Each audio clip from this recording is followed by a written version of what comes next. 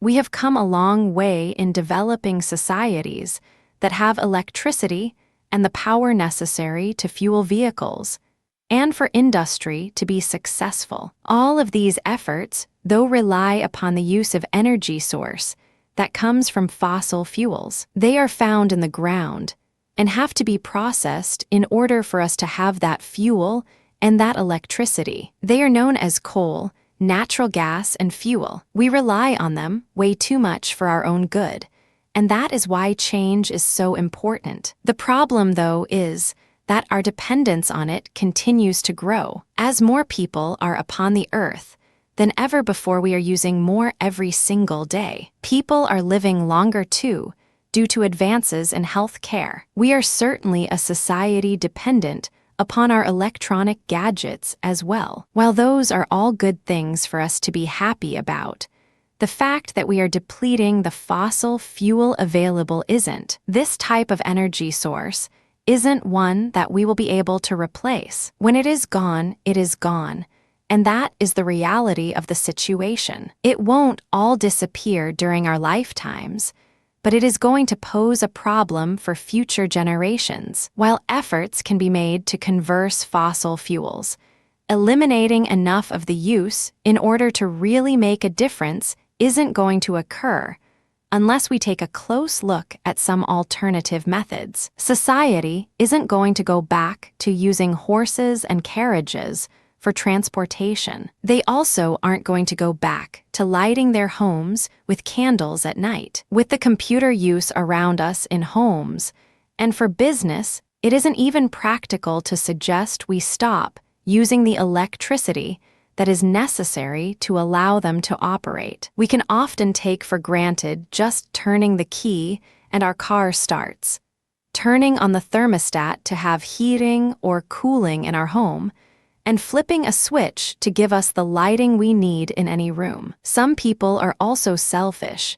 as they don't care what is going to happen for future generations, as long as they have what they need right now. Luckily, the majority of the population doesn't think that way. They aren't out to use everything they can without looking back. The problem, though, is that they often don't realize what they are using could be a problem down the road. Even if they do, they may not realize that they have some other options they can try to implement. Learning about the various types of renewable energy is a great way to get a person thinking about changes they can implement. There have been some significant efforts made in this area, but there is still much more that needs to be taking place. Instead of being afraid of what is unknown to you, do your best to learn the basics of all the renewable energy sources possible. The government of the United States has gotten involved in promoting renewable energy sources as well. They offer some great financial incentives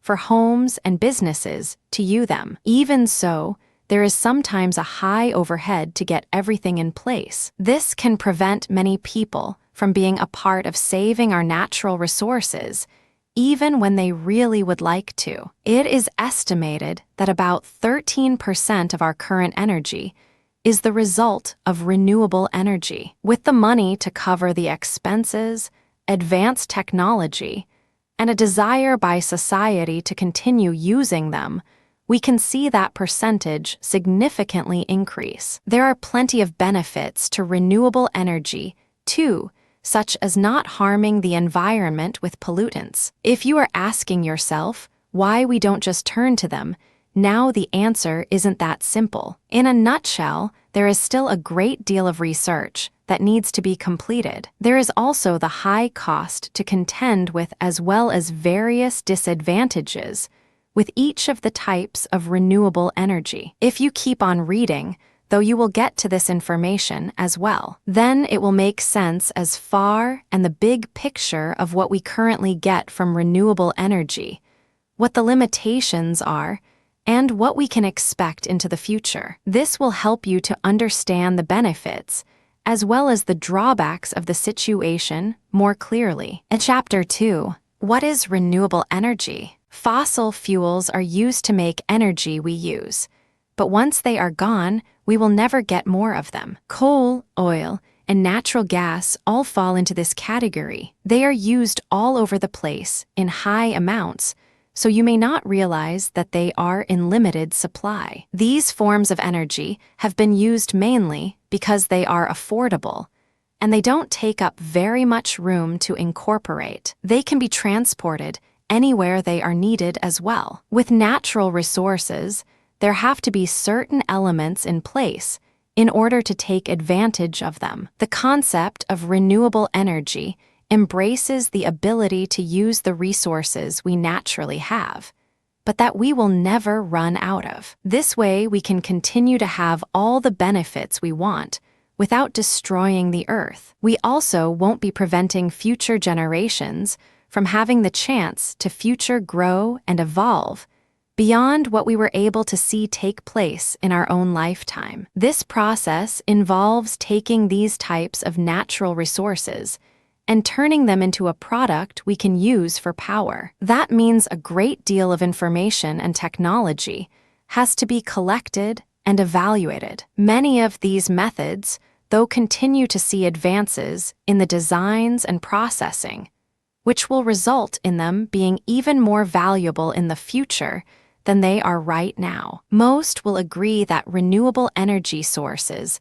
are better for the environment. The burning of fossil fuels, including gasoline and coal, isn't good for the environment. These natural resources will allow us to save resources and at the same time to live in a cleaner environment than we have now. Many believe it isn't practical or safe to depend only upon these types of resources, though. That is because the sun doesn't always shine, so the energy can't be collected. There are many places where the sun is blocked for days due to the changes in the seasons. You can't predict how much wind will be produced or how much power can be taken from the water. It will vary significantly, but there is no reason why we can't rely upon these renewable energy sources as the primary providers. We can then depend on fossil fuels as backup, so we never have to go without the energy we want to use. Chances are you have heard about the various forms of renewable energy,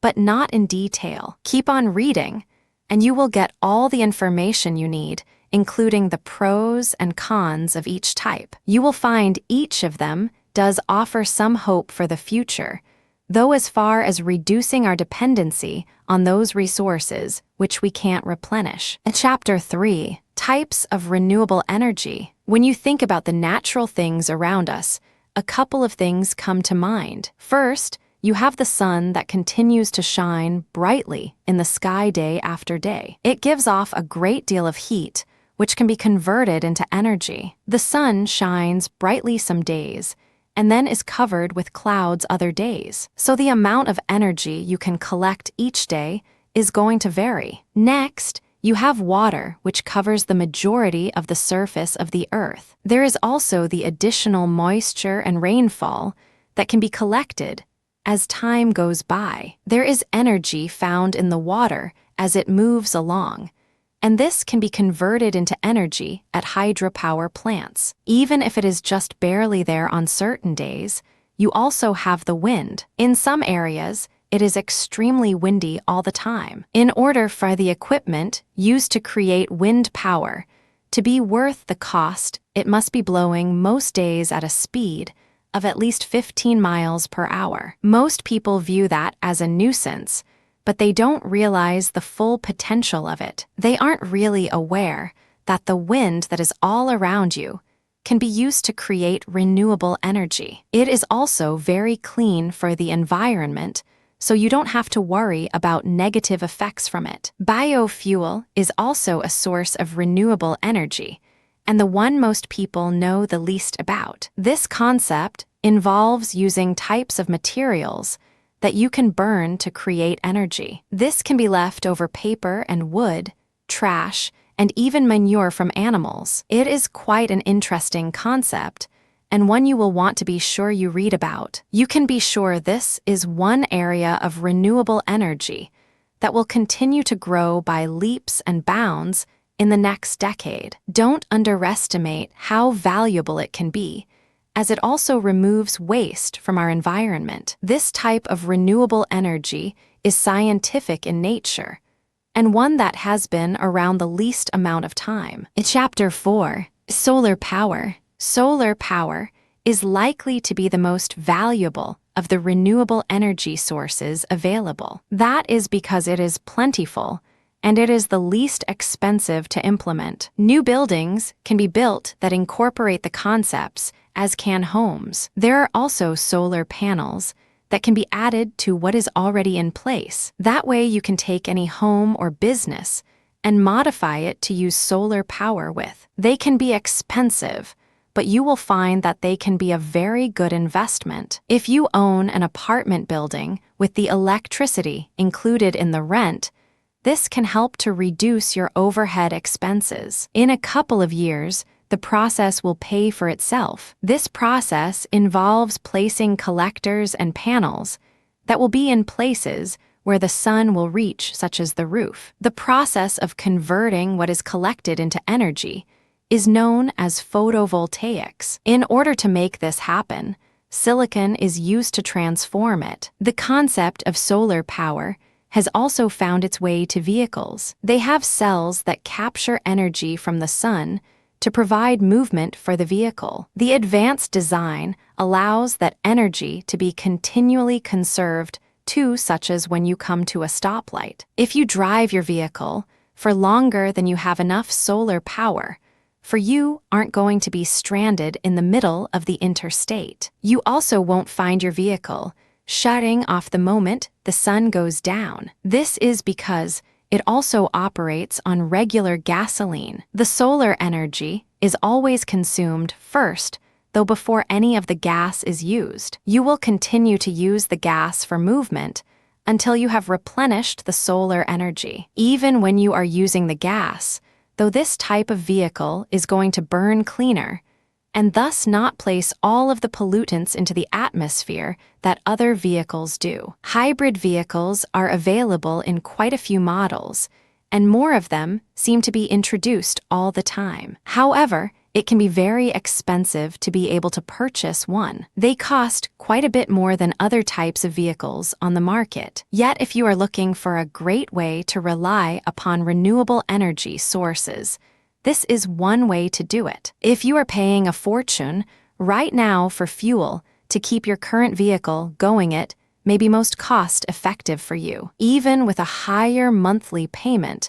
Until you pay off the hybrid vehicle, you can take the money you save on gas and allocate it towards that payment. Solar power plants have started to crop up in locations where people never expected them. Both California and Florida have plans to create at least 8 new locations, each in the next 5 years, in order to generate more of their power from the sunlight. In fact, California is a leader in promoting the use of solar power. There is a plan in the works to create 3,000 megawatts of it by 2017. The goal of this is to create a way for California to get all the energy they need without using up their natural resources. Many of the citizens of California aren't happy with the initiative, though due to the cost of it. This is a project that will cost almost $3 million before it is completed. Yet the leaders of California are confident it is a step in the right direction. They are confident it will help all of their residents now as well as future generations. Many people in California, though, are taking the initiative and running with it. They are being offered very high rates of money back for installing solar panels on their homes and businesses. Construction companies are offered incentives to build new structures with them already in place. California isn't the only state that is moving forward with incentives for residents, though. Check to see if your state is willing to reimburse you for a portion of the cost of having the solar panels installed. This can be a great way for you to save money on the project. At the same time, you will be doing your part to cut back on the amount of non-renewable energy your household consumes. It is vital that we learn to do all we can with collecting solar power. Experts believe that there is more energy from the sun every single day that we can use than what we burn up in fossil fuels annually. That is an amazing evaluation, and one that does mean a great deal for the future of all of us. Just imagine if we were collecting and using a fraction of that amount, what we would be able to preserve in regards to our non-renewable resources. You may be asking just what is holding everyone back, and the answer is simply the cost that is involved. Yet, as you will notice, more and more of it will be taking place, and every little bit will be one step closer to really getting the results we are striving for as a society. It is going to take decades for us to get there, but that is still better than the alternative. There is no reason to continue depending only on non-renewable energy when we don't have to. It is estimated that 20,000 homeowners in the United States currently get at least 80% of their electricity from solar energy. This saves approximately 50,000 tons of coal each year in order to produce that same amount of power. That is quite a bit of our natural resources being saved from such a small number of people being involved. In Chapter 5, wind power. Across the plains where there is open land, the wind is able to move at high speeds. This is due to there not being any buildings or homes in the area to break it up. This is the perfect location for wind power to be generated and collected. The use of windmills to create energy has been around for a very long time. Of course, these windmills were quite small compared to what is out there just to create the energy. Not all spaces are right for large windmills, so they look for those where the wind constantly blows at a rate of at least 15 miles per hour. There are large windmills hundreds of feet high strategically gathered in these open areas. Each of the blades on the windmills requires a semi-truck to haul it. They are then put into place with various pieces of construction equipment. They operate on their own, but are closely monitored to ensure everything is working like it should on them. Even though it is a great deal of cost and work to get them installed, each one can last about 20-25 years. That means they are well worth the investment because they don't constantly have to be replaced. That really has been an encouragement for more of them to be put into use. The collection of wind power has proven to be so profitable in many small towns that some farmers and ranchers have given up those operations. Instead, they are allowing various companies to place these windmills on their land and getting paid to do so. They don't have to do any of the work to maintain them, and they are guaranteed to make money. With the high risk involved in the line of farming and ranching, it is understandable why so many of them do it. For those close to retirement age as well, it just makes sense to be able to rely on a given income source. This is less stressful than hoping for a good crop in the field or that the price of meat doesn't decline on the market. Installing these types of windmills to generate the power, though, is extremely expensive. It is also a time-consuming process due to the sheer size of them. When you see them from an airplane or driving down a main highway, you won't realize just how enormous they are. On average, they are approximately 200 to 250 feet from the ground. The largest wind turbine in the world is located in Hawaii. It is more than 20 stories high. Each of the blades on the windmills are the size of a full football field. Each of the turbines located here is able to produce enough energy to offer electricity for 300 homes in the area. If you get a chance, though, go drive into an area that features them so you can see with your own eyes how they really appear. In Iowa, there are approximately 800 of them on what is known as wind farms. More than 200,000 homes are supplied with power from them. You will also find them in Minnesota, Wisconsin, Oklahoma, Kansas, California, and Colorado. When you watch the turbines spinning, you will notice the turn counterclockwise. As the wind blows, the shaft is engaged, which is connected to a generator. As the blades turn, this generator will move the power created along to the locations on the grid. They are monitored, and there is an emergency shut-off for them as well. In the event of pending natural disasters such as a tornado, these turbines can give them more power to move on and to destroy everything in its path. By shutting them off, that isn't going to be the case. It can also prevent the blades from being damaged during such an event. With the cost of the windmills being so high, keeping them in good working condition is very important. In some areas, tornadoes are a common problem, so the windmills are constantly watched. Not everyone is a fan of these windmills, though, because they think they are an eyesore. They want to be able to gaze out their window and see the open land. Instead, they are seeing tons of windmills. They also feel it takes away the romantic and tranquil feeling of the area. Yet, when you have small towns that are struggling for their residents to make a living, the prospect of getting paid to let a company come in and place windmills in place to collect the energy is an answer to a prey. They would rather have money for food on the table than to have the wide open spaces. The amount of energy that can be produced this way will never be the same. It can be severely windy one day and only a gentle breeze the next. Even so, there is enough of it to make it worth the cost of getting all the equipment in place. It is worth it to be sharing the natural beauty of an area as well. Some of these turbines are also located in various bodies of water. It is believed that wind power could one day be responsible for about 50% of the energy we consume. There is still a great deal of research and development that must take place for it to happen. Yet it is very exciting to know such a renewable energy resource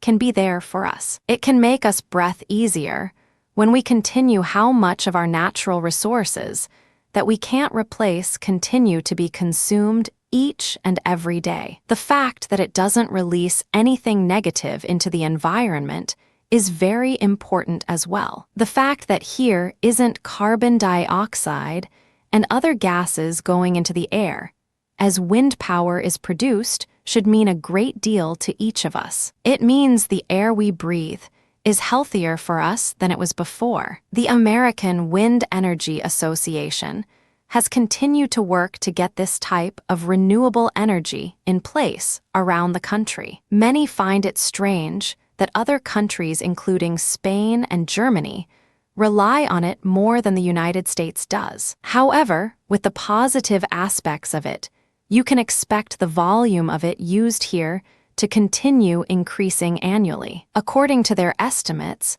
we can create 1.5 times the amount of electricity used annually in the United States based on the amount of wind that is out there daily on average. That is very exciting news and something that could really help us to preserve our natural resources to the best of our ability. There have been some animal rights groups pointing out that the spinning turbines on these windmills is seriously injuring and even killing various types of birds. To evaluate these claims, there have been some studies in place. Efforts are being made to prevent this without reducing the effectiveness of the wind energy that is being produced. It is believed that these incidents are very limited, though, and that birds aren't in any real danger due to the turbines out there creating energy. In Chapter 6, Hydropower, there is also power found in water, and that process is referred to as hydropower. It can create much more energy at one time than either solar power or wind power. This is due to the fact that water is so dense. Therefore, it only takes a little bit of water to create some power. It takes much more sunlight or wind to create that same amount. Hydropower is used to offer electricity to more than 28 million people around the world. It accounts for approximately 10% of all the electricity produced in the United States. The process involves plenty of safety precautions, as the water can never come into contact with the electrical part of the process. We all know that can spell disaster. The process occurs as the water flows, and it spins turbines that are found in a generator. While this process isn't new, it has been upgraded since it was first used thousands of years ago. The Egyptians were a very smart society, and they were able to use it to grind down their grains. It was also used as a way to saw wood, as it kept the blades cool enough. The first hydropower plant in the United States was introduced in 1882. It was placed in Wisconsin. Most people don't realize that a great deal of the early electricity and power in the United States once came from such hydropower plants. In 1940, approximately half of the electricity used came from this source. Later, it was replaced by the use of coal. Of course, that was before we knew that coal was something that we will one day run out of. We didn't realize at that time just how much of it we were going to be using. We also didn't realize how much it was going to pollute our environment. It seems ironic that to move forward we have to go back, but that is how it plays out in this particular case. There are several dams in the United States where elaborate designs are in place. Here, huge volumes of power are generated each day using these methods. It is a very time-consuming and complex process, though, to turn water into energy. Since hydropower is so expensive, it isn't as widely used as it could be. The largest hydropower plant in the world is located in Washington along the Grand Coulee Dam. It took 11 years to build it from 1933 to 1942. Since that time, it has undergone numerous facelifts and changes. It is amazing at a size of over 5,000 feet long and 550 feet high. In all, there are 4 distinct power plants found here. Each one is controlled separately for easier control of the process to make energy. There are 33 generators, and more than 2 million homes in that area get their energy from this particular location. It is an amazing accomplishment, and one that really shows the power that can be created with such a renewable energy source. Some of the newer approaches for hydropower include generating that power from the waves in the ocean. Even the waves that occur all day long in the waters, there can be used to create energy. It is believed that the use of hydropower will one day be much more significant than it is right now. Of course, it doesn't make sense for hydropower to be used everywhere. There are many places where there just isn't enough water flowing in the area for them to work well. Not every place has an abundance of rivers, streams, and oceans to produce hydropower. Most of them are found along the west of the United States. They are in Oregon, Washington, and California. If a way to convert that energy from the water can be found that is less expensive than what we know right now, it surely will. It only makes sense due to the volumes of energy that can be created from this particular natural resource. It also doesn't reduce the amount of water out there or place any type of harmful contaminants into it. There is research, though, that indicates the aquatic life forms in the waters may be affected by the process. It can upset the natural balance of what ordinarily goes on in that water. There is also the risk of terrorism in an event to destroy what we have built. Since the events of 09/11 tighter security efforts have been implemented in order to prevent that from happening. There are random checkpoints and stops along the way where vehicles are inspected. There are also restrictions at places including Hoover Dam that prevent large trucks and buses from going across them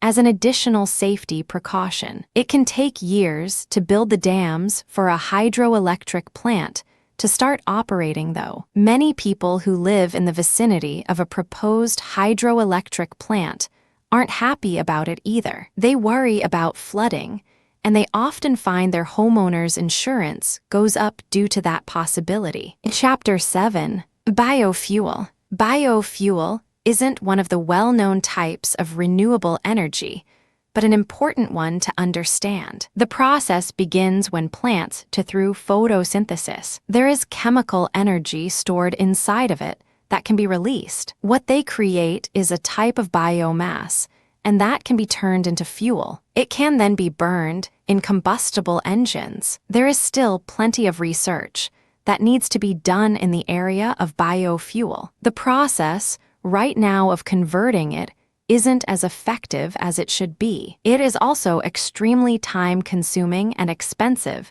to do so. Biofuel can be in the form of a liquid or a solid. Vegetable oil that is used as an alternative fuel source for some vehicles out. There is a type of liquid biofuel. It can be natural, or it can be reprocessed after it has been used. Some restaurants give their used vegetable oil to those that burn biodiesel in their vehicles. Once it has been cleaned, they are able to use it without harming their vehicle. Some types of food items are grown in higher supply than the demand just so that ethanol can be produced. It is usually mixed with about 15% regular gasoline in order to make the mix work. It seems that many in the business of growing such food items, though, don't always agree with this use of it. They feel the foods should be used to feed those in need. Biofuel is most commonly found in the form of a solid, though. For example, burning wood falls into this category. You can use it to cook with and to heat your home instead of relying upon natural gas. The downside, though, is that this can emit dangerous elements into the environment. There is ongoing testing where the variables are being controlled right now in the area of biofuel. It is believed this type of renewable energy could one day be a breakthrough in the area of supplying fuel for our vehicles. Look for great things to be coming up in this area in the future. If we can figure out an affordable process for using biofuel, we can create more than half of what is depleted annually from our natural resources. This is what facts continue to motivate researchers to move forward and funders to continue with grant money to allow it to happen. The one issue that seems to be a concern is that in order to generate more biofuel to use, there is a great deal of land that has to be accessed. That could mean land normally used for growing food and other resources is no longer available. A close eye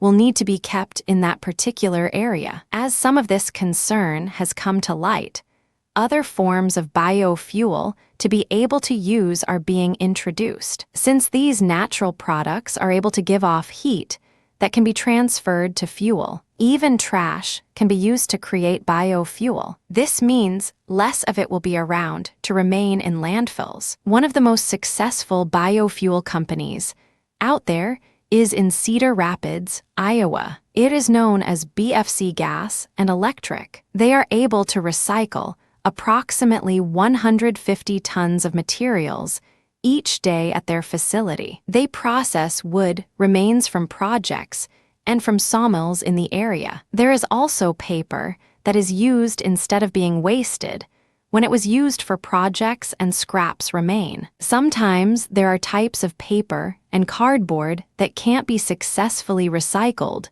so it is processed here. Crops that have been ruined, diseased plants and trees, and the corn stalks that remain after harvest all work as well. More than 40,000 homes in the Cedar Rapids area are provided with electricity from this particular company. They are really working hard to put the use of biofuel to work for the benefit for their community. In some other areas, the use of changing cow manure into biofuel is being done. This is something that not everyone finds appealing, but it can be a viable way to get more benefits out of such waste. There are still many details of this type of biofuel to be worked out, though. In Chapter 8, the future of renewable energy. As you can see, there will be plenty of benefits from all of these types of renewable energy. While they are all implemented right now on some level,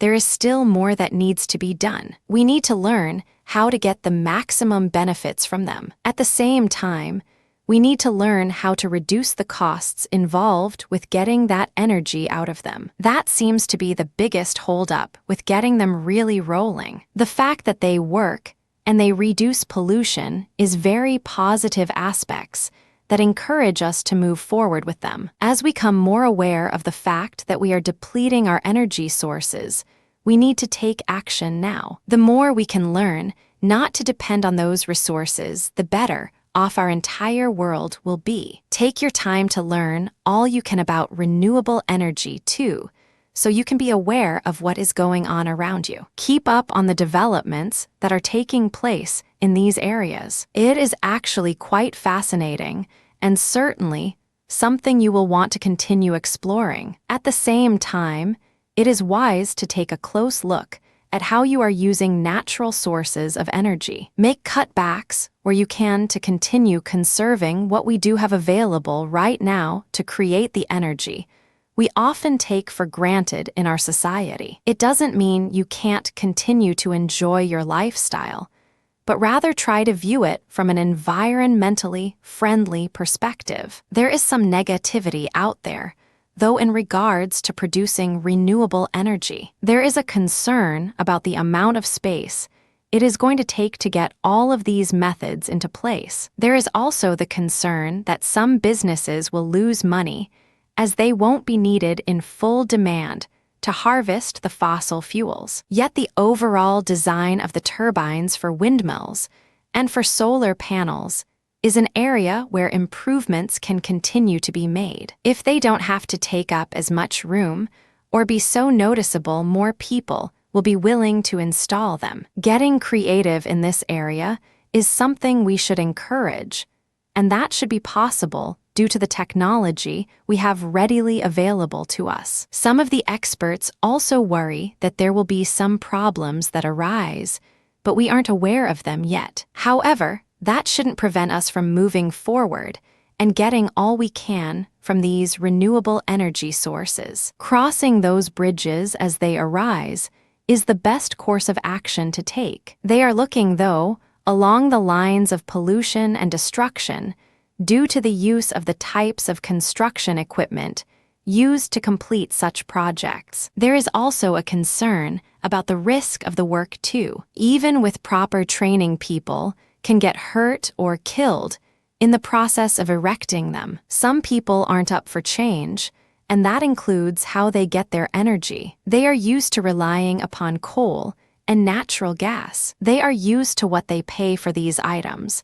and they are afraid to embrace something new. Continuing to provide them with accurate information, though, can really help them to understand the big picture that is here. The possibilities that are open to us along the lines of renewable energy are huge. There is no limit to how far we can take them as long as they are going to benefit society as a whole. It will be very interesting to look back 10 or 20 years from now and see how far the concepts of renewable energy have come. Chapter 9. A conclusion. There seems to be more of an interest in the forms of renewable energy these days than ever before. People from all walks of life are seeing the many benefits it can offer. What should be an indicator that we need to continue moving forward is that many of the underdeveloped countries out there use more renewable energy than the rest of us. While it is great that we have technology on our side,